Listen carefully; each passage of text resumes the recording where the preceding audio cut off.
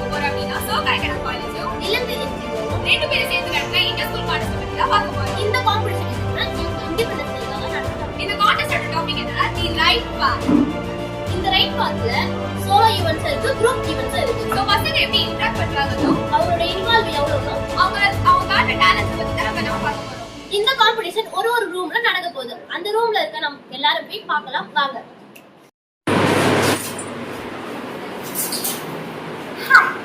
எங்க இருக்கும் அப்படின்னு பாத்தீங்கன்னா drawing and art sketch work நடக்கிற இடத்துல தான் இருக்கும். ஸோ இந்த ஸ்டூடெண்ட்ஸ் எல்லாருமே ரொம்ப இன்வால்வ்டா ரொம்ப எக்ஸைட்டடா அவங்களோட டிராயிங்ஸை பண்ணிட்டு இருக்காங்க. ஸோ எத்தனை ஆர்டிஸ்ட் இருக்காங்கன்னு பார்க்கலாம் வாங்க.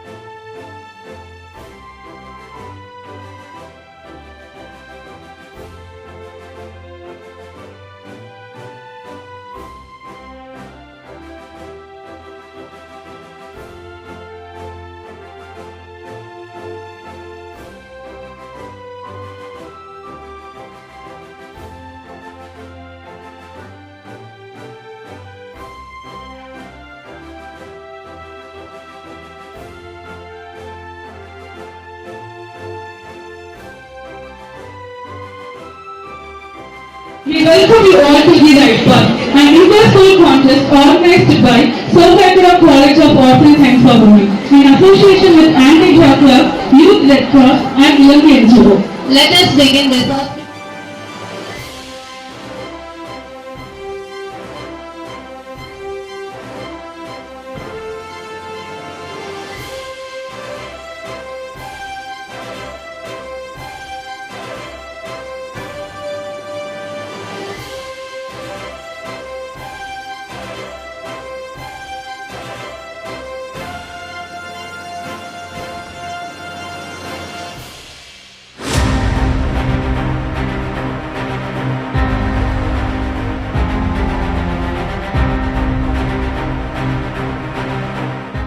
எல்லாமே school students, college students, apart from the special kids.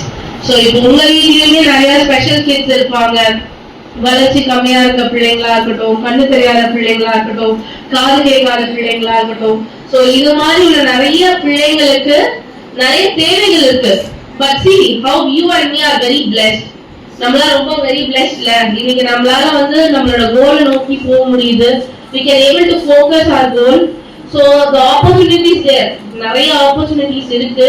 So இன்னைக்கு நீங்க இருக்கீங்கன்னா there is a reason. உங்களுக்கு உங்களோட லைஃப்ல ஒரு நோக்கம் இருக்கு. அந்த நோக்கத்துக்காக தான் நீங்க இங்க வந்திருக்கீங்க. Drug in sense not only tobacco, alcohol இது மட்டும் கிடையாது. இப்போ கரெக்டா இருக்க drug என்ன ஸ்டூடெண்ட்ஸ்க்கும் காலேஜ் ஸ்டூடெண்ட்ஸ்க்கும் phone. நீங்களே ஆன்சர் சொல்லிட்டீங்க பாத்தீங்களா? So you have to say no to your phone. See, everything is need for our life. 25 தான் ஸ்டடியிங். அதுக்கப்புறம் நீங்க வந்து தடைகள் படிப்பு வராது. ஓகே, படிச்சுங்க.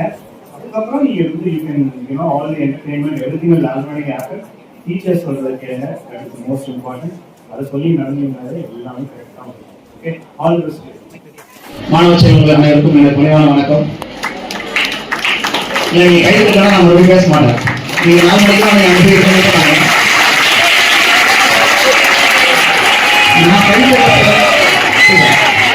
நான் கைப்பற்ற சொன்னது எனக்கு இல்லம்மா, உங்களுக்கு. அவங்க எல்லாம் பேசியிருக்கேன். மாணவ செல்வங்களை பேசுறது வந்து ரொம்ப கம்மி. அதனால மாணவர்களுக்கு உட்காந்து இங்க வந்து நின்று பேசுறது வந்து ரொம்ப பெருமையா நினைக்கிறாங்க இந்த நாளை.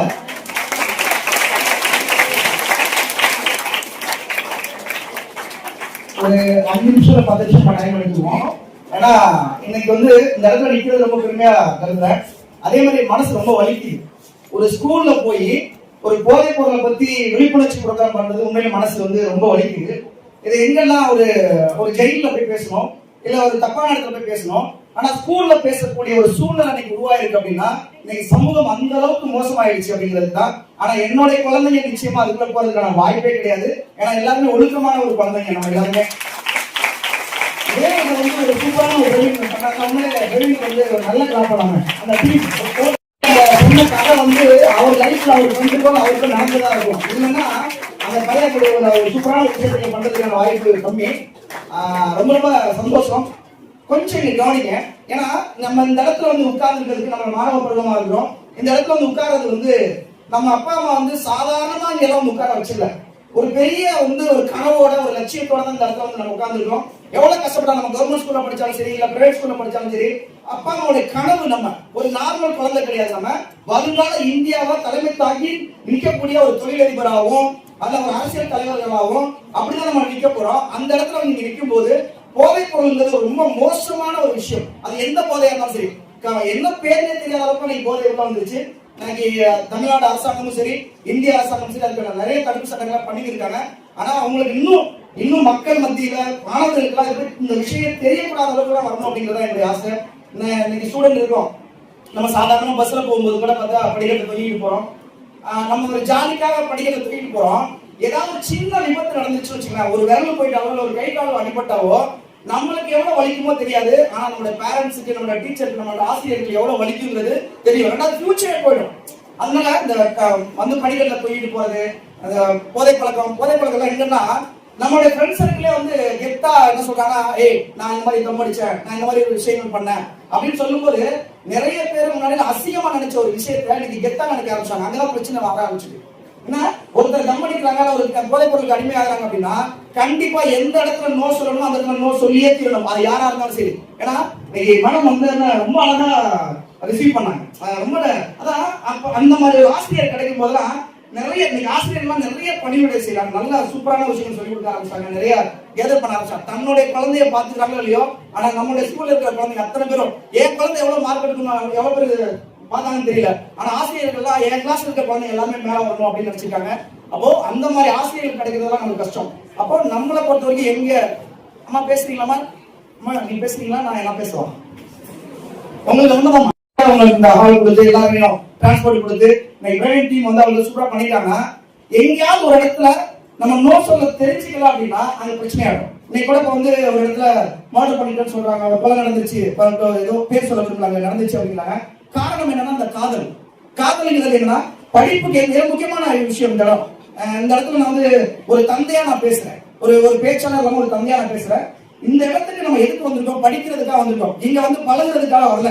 நட்பு உண்டாகணும், ஆனா அது காதலா உருவாகக்கூடாது. அந்த காதல் எங்க போய் முடியும்னா, இன்னைக்கு அங்க நடந்த காதல்ல அந்த பொண்ணு ஒரு டாக்டர், அந்த பையன் ஒரு நல்ல சாஃப்ட்வேர் இன்ஜினியர். ஆனா காதல்ங்கிற ஒரு விஷயத்தினால இன்னைக்கு அந்த பையனும் ஜெயில ஒருத்தரோட வாழ்க்கையை படிச்சு அந்த குடும்பமே நாசமா போயிடுச்சு. அப்ப என்னன்னா, இங்க நம்ம எதுக்காக வந்துட்டோம், படிக்கிறதுக்காக வந்துட்டோம். அந்த படிப்பு ரொம்ப ரொம்ப ரொம்ப முக்கியம். நம்ம எதுக்காக வந்தோமோ அதை மட்டும் பார்த்தோம்னா, இப்பவே நம்மளோட அரசாங்கம் தேடுறதுக்கோ நம்மளோட அரசியல் தேடுறதுக்கு நமக்கு வரல. நம்மளுடைய அரசாங்கத்தை தேடணும் அப்படின்னா நான் வாழ்க்கையில என்ன ஆக போறோம். இன்னைக்கு இந்த பில்டிங் கட்டுறதுக்கு ஒரு பிளான் இருக்கு, இந்த ஷர்ட் தைக்கிறதுக்கு ஒரு பிளான் இருக்கு. ஆனா லைஃப்ல ஒரு பில்டிங் கட்டுறதுக்கு ஒரு பிளான் இருக்கு, ஒரு ஷர்ட் தைக்கிறதுக்கு ஒரு பிளான் இருக்கு. அப்படின்னா நம்ம வாழ்க்கையில என்ன ஆக போறோம், எந்த பொறுப்புக்கு போக போறோம், தொழிலதிபரா உருவாக போறோமா, ஐஏஎஸ் ஆக போறோமா, ஐபிஎஸ் ஆக போறோமா, அரசியல் தலைவர் ஆக போறோமா அப்படின்னு ஒரு பிளான் இருக்கணும். அந்த பிளான் படி போனோம், அது ஃபியூச்சர் பிளான் அப்படின்னு சொல்லுவோம். ஷார்ட் டர்ம் கோல், லாங் டர்ம் கோல்னு சொல்லுவோம். அந்த லாங் டர்ம் கோல்ல நம்ம என்ன பண்ணணும் அப்படின்னா, நான் ஐஏஎஸ் ஆகணும், ஐபிஎஸ் ஆகணும், இல்ல கலெக்டர் ஆகணும், எந்த ஒரு பிளான் வச்சுங்க. ஆனா அதுக்காக நம்ம படிக்கலாம். இப்ப எந்த ஸ்டாண்டர்ட் படிக்கிறோமோ, 10th 11th 12th எந்த ஸ்டாண்டர்ட் படிக்கிறோமோ அந்த ஸ்டாண்டர்ட் மட்டும் ஃபோக்கஸ் பண்ணோம் அப்படின்னா நிச்சயமா வாழ்க்கையில நம்ம எந்த இடத்தை அடையணும் நினைச்சோமோ, அப்பா அம்மாவுக்கு நம்ம எவ்வளவு கஷ்டப்பட்டு வளர்த்தாங்களோ அதை வந்து கொண்டு வந்துட முடியும். ஏன்னா அந்த ட்ரக்ஸை பத்தி பேசும்போது, போதைப் பொருள் பேசும்போது, ஒரு சின்ன கிராமம், அந்த ஒரு 60 வீடு, அந்த கிராமத்துல சின்ன வயசுல விவரம் தெரியாம யாரோ அப்பெல்லாம் இப்பதான் நிறைய இந்த ட்ரக்ஸ் சிகரெட் அடிக்கிறாங்க பாக்கலாம். அப்ப நம்ம ரேர் பாக்குறது. ஏன்னா யாராவது தண்ணியை சொன்னா கூட ஊருக்கு தெரியாம வீட்டுக்கு தெரியாம வருவாங்க. ஆனா இப்ப அப்படி கிடையாது, கெத்தா ரோட்ல நீங்க அடிக்கிறான். அப்போ என்னன்னா, நான் விளையாட்டுத்தன்மை என்ன பண்ண ஒரே விஷயம் பண்ணேன். அதாவது இந்த எருக்காங்குச்சின்னு சொல்லுவாங்க, அந்த எருக்காங்குச்சியில சிகரெட் மாதிரி பத்த வச்சு வாயில வச்சு புகை விட்டுட்டேன். அது தெரியாது எனக்கு சொல்லி தரதுக்குள்ள இருக்கலாம். அந்த ஒரு நாள் பண்ணிட்டேன். அந்த பண்ணதோட விளைவு என்னாச்சுன்னா, எங்க அப்பாவோட போய் சொல்லிட்டாங்க. எங்க அப்பா என்ன பண்ணாங்க, ஒண்ணுமே பண்ணல, அழகா 2 கொச்சை கயிறுன்னு சொல்லுவாங்க, கயிறு, மாடு கட்டுற கயிறு எடுத்து 2 கயிறு கட்டி எங்க வீட்டு ஓலை குடிசை, அந்த குடிசை மேல தொங்க விட்டாரு. அந்த குடிசை மேல எங்க அப்பா வந்து தொங்க விட்டாங்க, ஒரு 1 மணி நேரம் தொங்க விட்டாங்க. இன்னைக்கு நான் சென்னையில மிகப்பெரிய தொழிலதிபர், எங்க மாவட்டத்தில் அதிகமான டாக்ஸ் கட்டுறதுல நான் கோடிக்கணக்கான டாக்ஸ் கட்டுற வளர்ந்துட்டேன். ஒரு நாள் கூட நான் சம்பாதிச்சிருக்கேன். ஒரே ஒரு நாள். ஏன்னா அன்னைக்கு எங்க அப்பா வளர்த்த விதம், அன்னைக்கு நோ சொல்ல ஏன் சொல்லுறாங்க. எனக்கு இன்னைக்கு ஞாபகம் இருக்கு, நான் 9th படிக்கும் போது என்னோட மேக்ஸ் டீச்சர் புளியம்பு வச்சு உரின்னு வச்சிருக்காரு. நான் 9th படிக்கும் போது என்னுடைய டீச்சர் உரின்னு வச்சிருக்காரு. நான் ஏதாவது மேக்ஸ்ல ஏதாவது தப்பு பண்ணிட்டேன் அப்படின்னு சொல்லிட்டு உரிச்சாங்க. அன்னைக்கு அடிச்சாங்க அந்த ஆசிரியர். இன்னைக்கு அந்த ஆசிரியர் முன்னாடி அந்த ஆசிரியர் இன்னைக்கு சக்தியில ஒரு தொழில் உருவாக்கின ஆசிரியர் எவ்வளவு பெருமைப்படாம எனக்கு தான் தெரியும். அன்னைக்கு ஆசிரியர் கையில குறைஞ்சு இருந்ததுனாலதான் நான் அடிக்கணும்னு சொல்றாங்க. அந்த தப்பை வந்து சரி பண்ணக்கூடிய உரிமை கடவுளுக்கு இருக்கு. யார் கடவுள்னா ஆசிரியர் கடவுள். ஏன்னா இப்ப லேட்டஸ்டா என்னுடைய பையனும் இப்ப ஐஎஸ் வேலம்மாள் ஸ்கூல்ல படிச்சாங்க. 10th படிக்கும்போது அவங்க ஆசிரியர் ஏதோ அடிச்சாங்க. நேர வீட்டுல வந்து சொன்னா, அப்படியே அடிச்சாங்களா எங்க அப்படின்னு கையெல்லாம் காமிச்சதுக்கு அப்புறம் நேர நானும் என் ஒய்ஃபும் பையனை கூட்டிட்டு நேரம் போயிட்டோம். நாங்க போன என்னை பத்தி வேலம்மாள் ஸ்கூல்ல நானே அங்க கெஸ்ட் ஆலாம் போயிருக்கேன். நல்லா தெரியும். அங்க போன அவங்க பயந்துட்டாங்க, ஐயோ நேற்று அடிச்சிட்டமே ஆடியோ என்ன ஆச்சு அப்படின்னு சொல்லிட்டு போயிட்டாங்க. அங்க போன உடனே நான் என்ன பண்ணேன்னு கேட்கல, மேடம் நீங்க செஞ்ச விஷயம் தப்பு இல்ல, ரைட்டு. ஏன்னா ஒரு பையனை நீங்க அவன் தப்பு பண்ணாம ஒரு ஆசிரியர் அனுப்பிக்க மாட்டாரு. என்னை ஆசிரியர் திட்டனால அடிச்சதுனால இன்னைக்கு நான் ஒரு ஒழுக்கமான ஒரு மனிதனா இருக்கேன். நீங்க செஞ்சது கரெக்ட். இந்த அதே மாதிரி நான் பேரண்ட்ஸ் நான் சொல்றேன், தயவு செய்த ஆசிரியர்கள் அதாவது கண்டிக்கும் போது ஆசிரியர் அதாவது அதை தண்டனை கொடுக்க மாட்டாங்க, தண்டிக்க மாட்டாங்க, கண்டிப்பாங்க. தண்டிக்கிறதுக்கும் கண்டிக்கிறதுக்கும் வித்தியாசம் இருக்கு. கண்டிக்கிற ஆசிரியர்கள் நம்மளுக்கு அமைஞ்சிட்டாங்கன்னா, கண்டிக்கிற பேரண்ட்ஸ் நம்மளுக்கு அமைஞ்சிட்டாங்கன்னா, நீ செய்யறது தப்புன்னு ஒரு ஃப்ரெண்ட் அமைஞ்சிட்டாங்கன்னா நம்ம வாழ்க்கை நிச்சயமா நல்லா இருக்கும். அதுல எந்த மாற்றமும் கிடையாது. நீங்க எல்லாருமே இருக்கிற அத்தனை பேருமே நீங்க என்ன ஆகணும்னு நினைக்கிறீங்களோ, நீங்க என்ன ஆகணும்னு நினைக்கிறீங்களோ அது நடக்கும். உங்க லைஃப்ல எந்த மாற்றமும் கிடையாது. ஃப்ரெண்ட்ஸுகளுக்காக நட்புக்காக ஒரு தவறை செஞ்சாங்க. நட்புக்காக ஒரு தவறை போகவே கூடாது. நோ சொல்ல கத்துக்கணும் லைஃப்ல. அது யாரா இருந்தாலும் நோ சொல்ல கத்துக்கிட்டீங்கன்னா வாழ்க்கையில சூப்பரா இருக்கும். ஏன்னா இந்தியா ரொம்ப பெரிய லெவலில் வளர்ந்துருக்கு. இந்தியா இந்த உலகத்திலே இந்தியா ஆள போகுது அப்படின்னா இந்த தேச தலைவர்கள் நீங்க அத்தனை பேர் தான் நீங்க ஆள போறீங்க. எந்த மாற்றம் கிடையாது. ஒழுக்கமா இருங்க, நல்லா படிங்க. நம்மளுக்கான அரசாங்கத்தை தேர்ந்தோம், அரசு தானா வருவாங்க. அந்த அரசாங்கத்தை தேர்ந்தா நம்மளோட அரசு தானா வருவாங்க அப்படின்னு சொல்லி ரொம்ப பெருமையா இருக்கு இந்த நிகழ்வு நான் கலந்துக்கிட்டதுக்கு. ரொம்ப சந்தோஷம். மீண்டும் அந்த பிரைட் டீமுக்கு வந்து ஒரு பெரிய வாழ்த்துக்கள். ஆனால் ரொம்ப வாழ்த்துக்கள். நன்றி.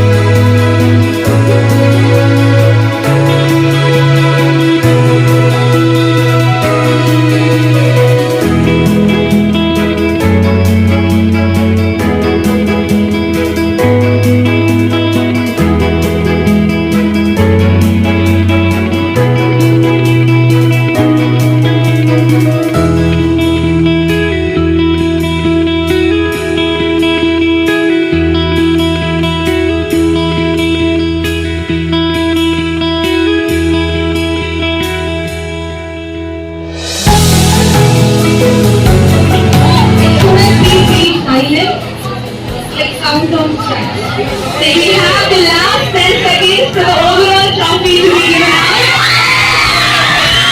Shall we have a countdown?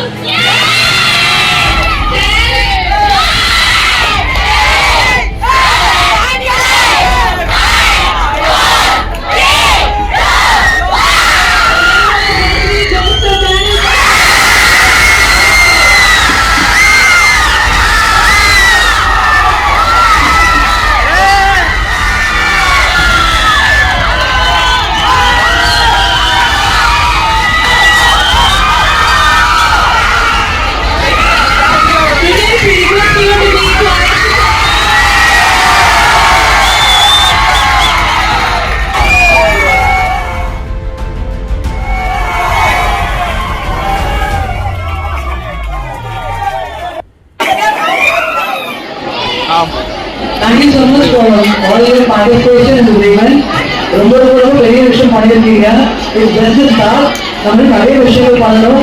அடுத்த வருஷம் திருப்பி ஒரு நடக்கும். I want every student to be a part of it. And thank you so much for being our event today. They gave the space, they gave their time, they gave their valuable presence on the day. our speech ஆகட்டும், our address ஆகட்டும், அவங்க எல்லாரும் ரொம்ப வந்து சென்சேஷனலா வந்து அவங்க facing வந்து வந்தாங்க. ஸோ ரொம்ப thanks sir. Thank you ma'am. Thank you sir.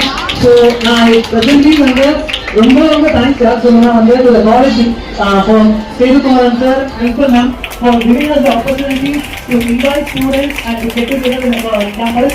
Thank you so much and thank you sir.